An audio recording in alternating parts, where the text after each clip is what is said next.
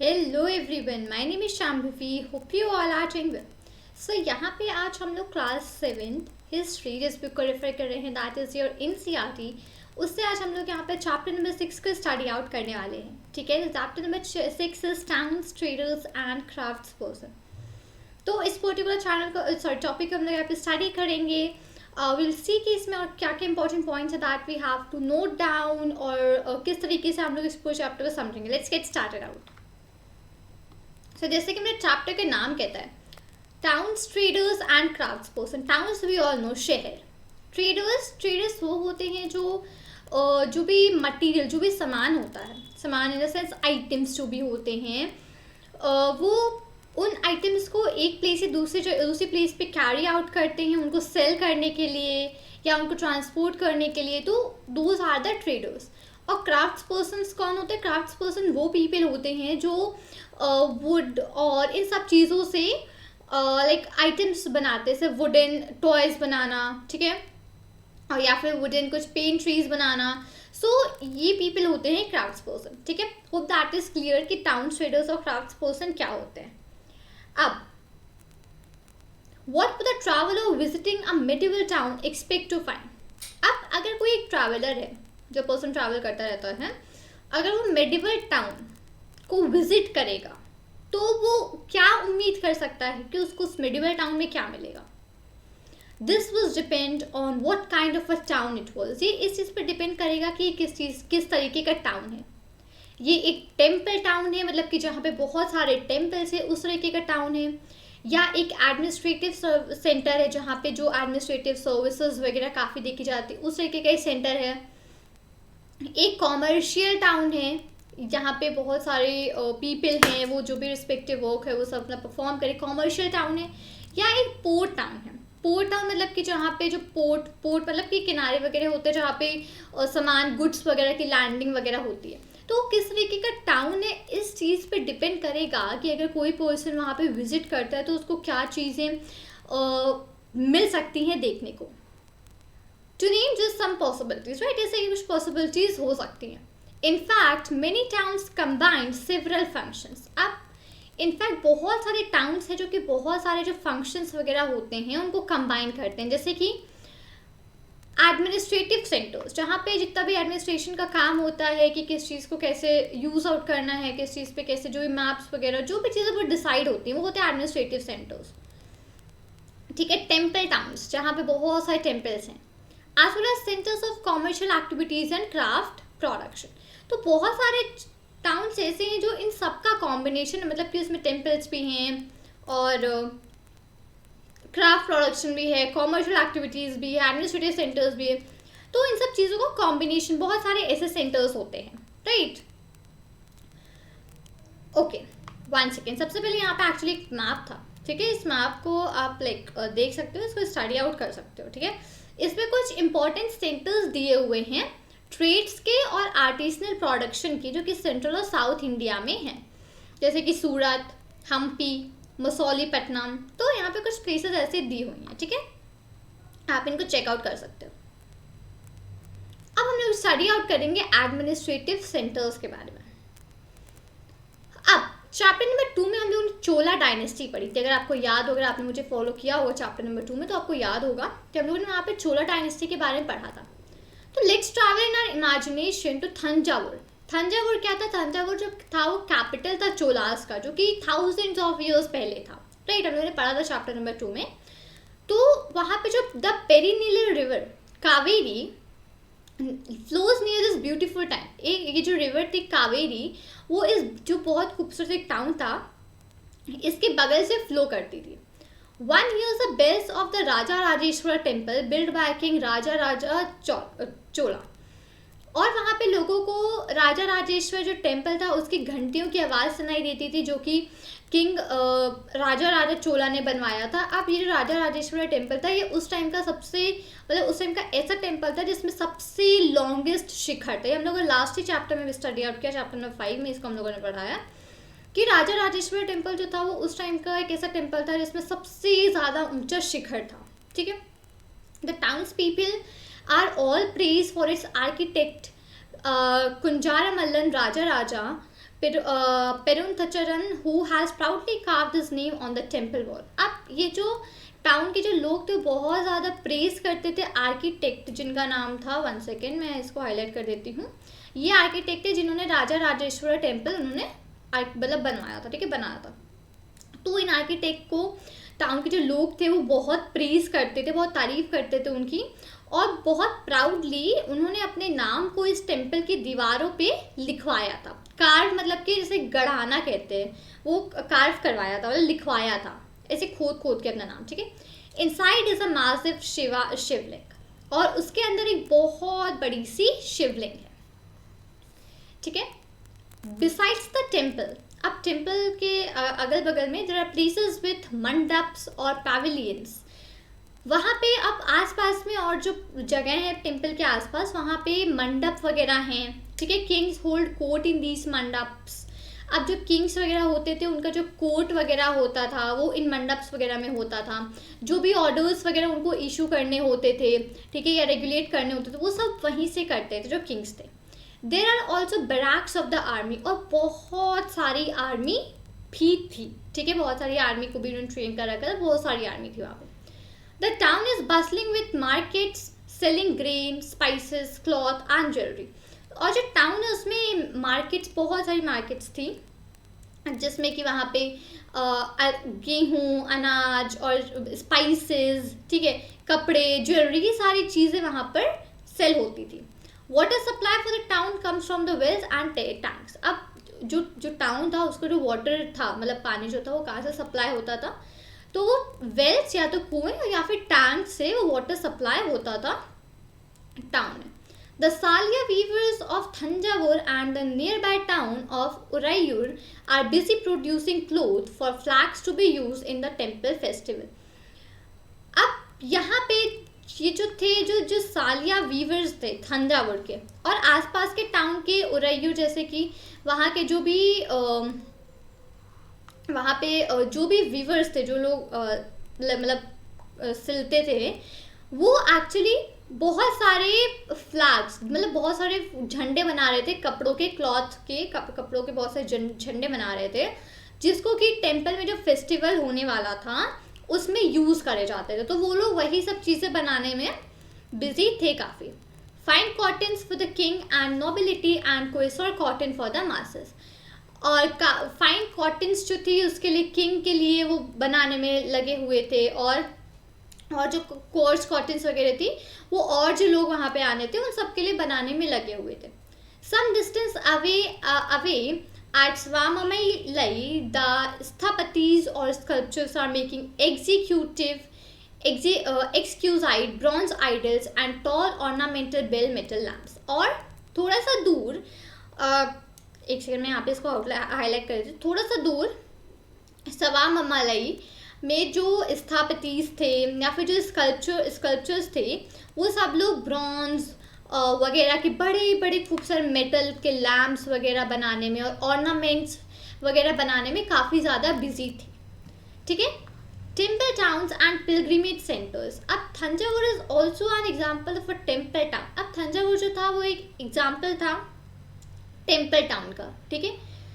Temple town represents a very important pattern of urbanisation, the process by which cities develop. अब temple towns क्या होते थे? Temple towns एक बहुत ही एक ऐसा इंपॉर्टेंट पैटर्न होते थे जो कि रिप्रेजेंट करते थे अर्बनाइजेशन को। अर्बनाइजेशन मतलब कि सिटीज़ को डेवलप करने के प्रोसेस को हम लोग बोलते हैं अर्बनाइजेशन, राइट। आज से बहुत टाइम पहले सिटीज़ किस तरह, मतलब बहुत कम हाउसेस वगैरह हुआ करते थे, बहुत कम बिल्डिंग्स होती थी, बट आज के टाइम पे हम लोग देखें तो सिटीज़ बहुत ज़्यादा डेवलप हो गई हैं। शोरूम्स, मॉल्स, बहुत अच्छे अच्छे घर, फ्लैट्स, ये सारी चीज़ें हमारे सिटीज़ में मेडअप हो गए हैं। तो ये हमारी अर्बनाइजेशन है। सिटीज़ को डेवलप करने का प्रोसेस जो होता है उसको बोलते हैं हम लोग अर्बनाइजेशन। तो ये सब चीज़ें मतलब कि पूरा टेम्पल टाउन होता था, ठीक है। टेम्पल्स वर ऑफन, एक सेकेंड में इसको यहाँ पे हाईलाइट कर देती हूँ, ये इंपॉर्टेंट है, ठीक है, great. Temples were often central to the economy and society. अब टेम्पल्स जो थे वो सोसाइटी और इकोनॉमी का एकदम एक सेंटर थे। Rulers build temples to demonstrate their devotion to various deities. Rulers जो राजा होते थे, जो लोग रूल करते थे, वो इन टेम्पल्स को उनके जो वेरियस डीटीज होते थे उनकी तरफ अपना डिवोशन, अपनी श्रद्धा उनकी तरफ दिखाने के लिए वो इन टेम्पल्स वगैरह को बनाते थे, जो भी रूलर्स होते थे, right. They also endowed temples with grants of land and money to carry out elaborate rituals, feed pilgrims and priests and celebrate festivals। वो लोग क्या करते थे, वो जो टेम्पल्स वगैरह होते थे, इसे बहुत बड़े बड़े लैंड होते थे, बहुत सारा मनी जो था वो कैरी आउट किया जाता था रिचुअल्स वगैरह को परफॉर्म करने के लिए। पिलग्रिम्स जो कि दूर दूर से वहाँ आते थे उनको खाना वगैरह देने के लिए, फीड करने के लिए, और जो प्रीस्ट वगैरह होते थे वो फेस्टिवल्स वगैरह सेलिब्रेट करते थे। तो ये सब चीज़ें हुआ करती थी। Pilgrims who flock to the temples also made donations. अब पिलग्रिम्स जो कि बहुत दूर दूर से ग्रुप्स में आते थे, झुंड में आते थे टेम्पल्स वगैरह में, वो डोनेशंस भी करते थे टेम्पल में, ठीक है, great. Temple authorities use their wealth to finance trade and banking. और टेम्पल की जो अथॉरिटीज होती थी वो जो भी डोनेशंस वगैरह किया जाता था, जो भी वेल्थ वो लोग देते थे उसको फाइनेंस करते थे ट्रेड और बैंकिंग के लिए। Gradually a large number of priest, workers, artisans, traders etcetera settled near the temple to cater to its needs and those of the pilgrims।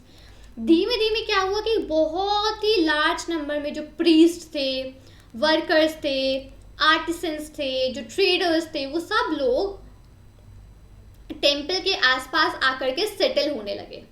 और जो लोग होते जिनको ज़रूरत होती थी और पिलग्रिम्स वगैरह की आकर के उनकी हेल्प करने लगे। दस ग्रू टेम्पल टाउन्स। तो इस तरीके से टेम्पल टाउन्स जो थे वो धीमे धीमे बढ़ते गए, धीमे धीमे ग्रो होते गए। Towns emerged around temples such as those of Bhillaswami and Somnath in Gujarat। Town जो थे वो जो टेम्पल थे जैसे कि भिल्ला स्वामी टेम्पल जो कि मध्य प्रदेश में है, ठीक है, सोमनाथ जो कि गुजरात में है, तो उनके आसपास बहुत टाउन्स वगैरह एकदम से इमर्ज होने लगे, एकदम से बनने लगे।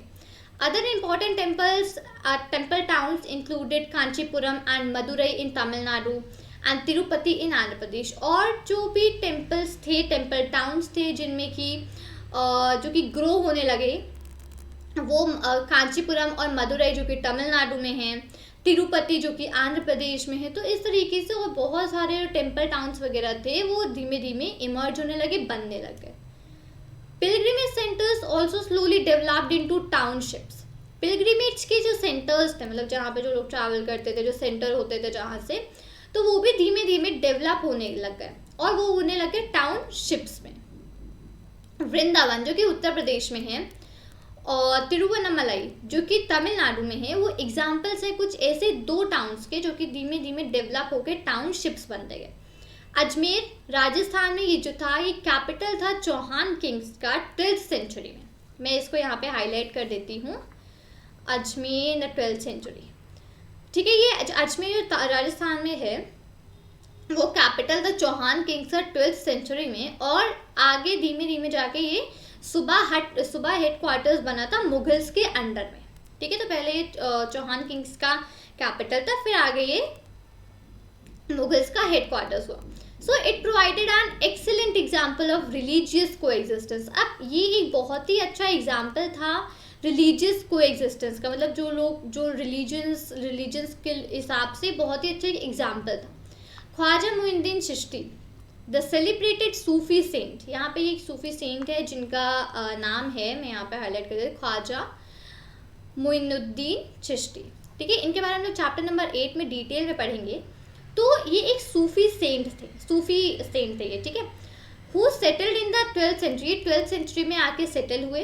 Attracted devotees from all creeds. अब जितने भी अलग अलग क्रीड्स थे, जितने भी अलग रिलीजन्स थे, सबसे इन्होंने डिवोटीज को बिल्कुल अट्रैक्ट कर लिया था। Near Ajmer is a lake Pushkar.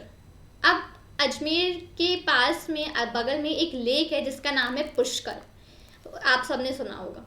तो अजमेर के पास में एक लेक है, इसका नाम है पुष्कर। इसने क्या किया था, इसने जो पिलग्रिम्स वगैरह थे, ठीक है, जो लोग ट्रैवल करते थे, जो कि उन लोग को काफ़ी ज़्यादा अट्रैक्ट किया था एंशिएंट टाइम्स में। जो पुराने टाइम, पहले के टाइम्स में इन्होंने पिलग्रिम्स वगैरह को बहुत ज़्यादा अट्रैक्ट किया था। तो यहाँ पे ये जो था अजमेर एक लेक था पुष्कर के पास, ठीक है।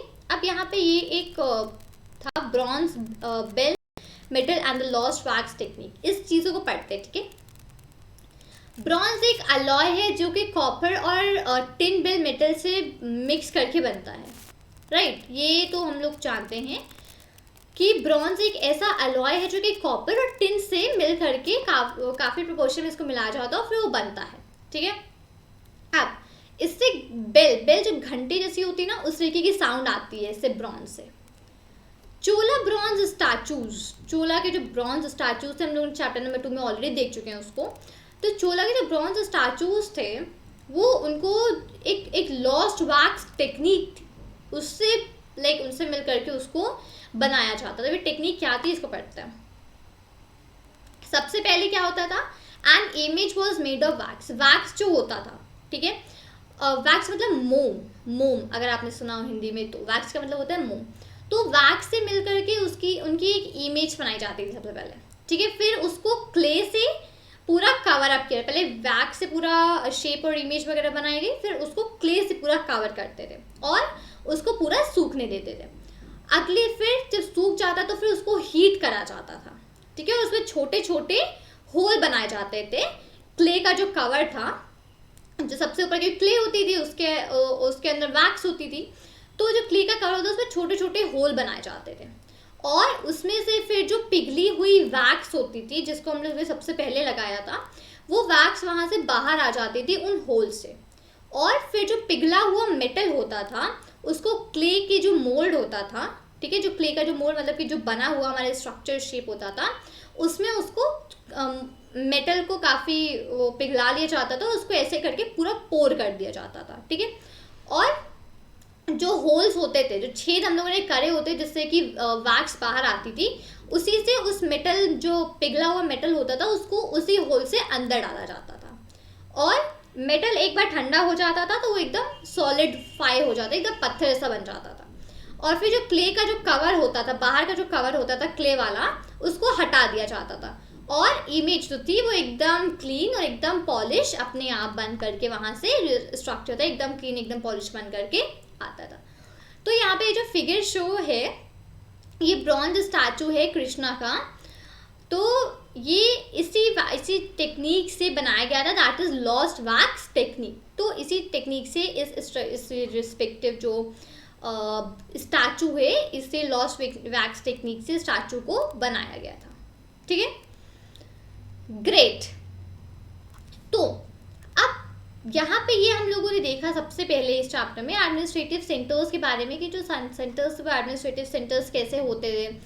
फिर जो रूलर्स होते थे वो अपने डीटीज के डिवोशन में टेम्पल्स वगैरह बनाते थे, फिर उन टेम्पल्स को कौन कौन विजिट करने आता था। आसपास के जो विवर्स वगैरह होते थे वो टेम्पल्स के लिए फ्लैग्स वगैरह प्रिपेयर करते थे और जो भी रूलर होता था उसके लिए कॉटन्स वगैरह की चीज़ें प्रिपेयर अप करते थे। फिर धीमे धीमे ये सब चीज़ें जो पिलग्रिम्स थे वो बहुत दूर दूर से विजिट करने आते थे इन टेम्पल्स को। ये सब होते होते धीमे धीमे इसके आसपास पूरा एरिया बनने लग गया, लोग वहाँ पे रहने लग गए आके आसपास, अलग अलग जो लोग अलग अलग डिफरेंट काम करते हैं उस तरीके के लोग रहने लग गए, मार्केट्स पूरी बनने लग गई। तो इस तरीके से ये हमारा टेम्पल टाउन्स, इसी तरीके से हमारे टेम्पल टाउन्स का पूरा इमर्जेंस हुआ और इसी तरीके से हमारे जो टेम्पल टाउन्स थे वो पूरे बनने लगे। अब टेम्पल टाउन्स वगैरह बने और कुछ यहाँ पे टेम्पल टाउन्स के नाम भी दिए हुए थे हम लोग को कि कहाँ पे थे। तो अब पिलग्रिम्स जो थे वो विजिट करा करते थे इन टाउन्स वगैरह को और ग्रेजुअली काफ़ी ज़्यादा लार्ज नंबर के जो प्रीस्ट वगैरह थे, वर्कर्स थे, आर्टिसंस थे, जो ट्रेडर्स थे वो आसपास आके सेटल होने लग गए, राइट। तो अब यहाँ पे जो टाउन्स थे धीमे धीमे बढ़ने लग गए, यहाँ पे धीमे धीमे लोग आकर रहने लग गए, तो ये बढ़ते गए और इनको टेम्पल टाउन्स ही जाने लगे। अब पिलग्रिम्स जो दूर से आया करते थे यहाँ पे, ये काफ़ी ज़्यादा डोनेशंस वगैरह भी करा करते थे टेम्पल की वेल बीइंग और यहाँ पे हर चीज़ के लिए। तो वो जो डोनेशन किया करते थे वो बैंकिंग और ट्रेडिंग इन दोनों काम में वो डोनेशन यूज़ हो, जो टेम्पल की जो अथॉरिटीज़ होती थी वो उस वेल्थ को फाइनेंस में और बैंकिंग वगैरह में यूज़ करने लग गई। तो इस तरीके से यहाँ पे ये धीमे धीमे जो चीज़ें थी, जो टेम्पल टाउन्स थे वो बढ़ने लग गए। इस तरीके से टेम्पल टाउन्स इमर्ज होने लग गए। कुछ नाम हम लोगों ने पढ़े जैसे कि वृंदावन, ठीक है, तो और तमिलनाडु में हम लोगों ने पढ़ा, उत्तर प्रदेश में। तो इस तरीके से टेम्पल टाउन्स होते हुए धीमे धीमे इमर्ज करने लग गए, धीमे धीमे बढ़ने लग गए। फिर जो स्टैचूज वगैरह थे वो कैसे बनाए जाते थे, तो एक टेक्निक थी जिसका नाम था लॉस्ट वैक्स टेक्निक। तो इस पर्टिकुलर टेक्निक्स की हेल्प से स्टैचूज वगैरह बनाने जाने लग गए, ठीक है, ब्रॉन्ज, बेल मेटल के। तो ब्रॉन्ज वगैरह के ये स्टैचूज बनने लग गए। इनका प्रोसीजर पूरा मैंने अभी आपको यहाँ पे एक्सप्लेन किया था कि सबसे पहले वैक्स की इमेज बना ली जाती थी और फिर इसको क्ले से कवर करके ठंडा होने रख दिया जाता था। फिर उसमें उसको थोड़ा सा हीट करके उसमें छोटे छोटे होल्स बना दिए जाते थे, क्ले में, वैक्स में नहीं, क्योंकि क्ले ऊपर की कवरिंग होती थी, उसमें होल्स बना दिए जाते थे। जैसे ही होल्स बनाते थे तो अंदर की जो वैक्स थी वो पूरी की पूरी पिघल के बाहर आ जाती थी। अब उन्हीं होल्स में से जो मेटल्स होते थे, जो मेटल होता था जो कि मोल्टेन मतलब पिघला के मेटल को, ब्रॉन्ज मेटल को पिघला करके उन्हें टाइनी होल्स के थ्रू उस क्ले के अंदर भरा जाता था। और जब वो एकदम कूल हो जाता तो काफ़ी सॉलिड पोर्शन उसका, मतलब एकदम पत्थर जैसा वो हार्ड हो जाता था, एकदम सॉलिड हो जाता था। फिर क्ले की जो कवरिंग थी उसको धीमे धीमे रिमूव करके हमारे जो स्टैचूज थे वो बनते थे। तो इसी टेक्निक का नाम था हमारा लॉस्ट वैक्स टेक्निक। तो ये टेक्निक फॉलो होती थी यहाँ पे, और ये जितने भी स्टैचूज वगैरह थे इन सबको बनाने के लिए ये लॉस्ट वैक्स टेक्निक हमारी यूज़ होती थी। राइट, तो इस चैप्टर में हम लोगों ने इस पर्टिकुलर वीडियो में ये सारी चीज़ों को डिस्कस किया है एक्चुअली, कि ये सारी जो भी हमारे स्टैचूज कैसे बनते थे, फर्दर जो टाउन्स थे वो टेम्पल टाउन्स में कैसे इमर्ज होने लगे, एडमिनिस्ट्रेटिव टाउन्स कैसे बने। तो इन सारी चीज़ों को हम लोग इस वीडियो में डिस्कस किया। फर्दर चैप्टर को हम लोग कंटिन्यू करेंगे नेक्स्ट वीडियो में। सो उम्मीद करती हूँ कि आपको वीडियो अच्छा लगा होगा। वीडियो अच्छा लगा हो तो वीडियो को लाइक करें, अपने फ्रेंड्स के साथ शेयर करें और चैनल को सब्सक्राइब करना मत भूलिएगा। मिलती हूँ आपसे नए वीडियो के साथ। Till then thank you and take care. जय हिंद।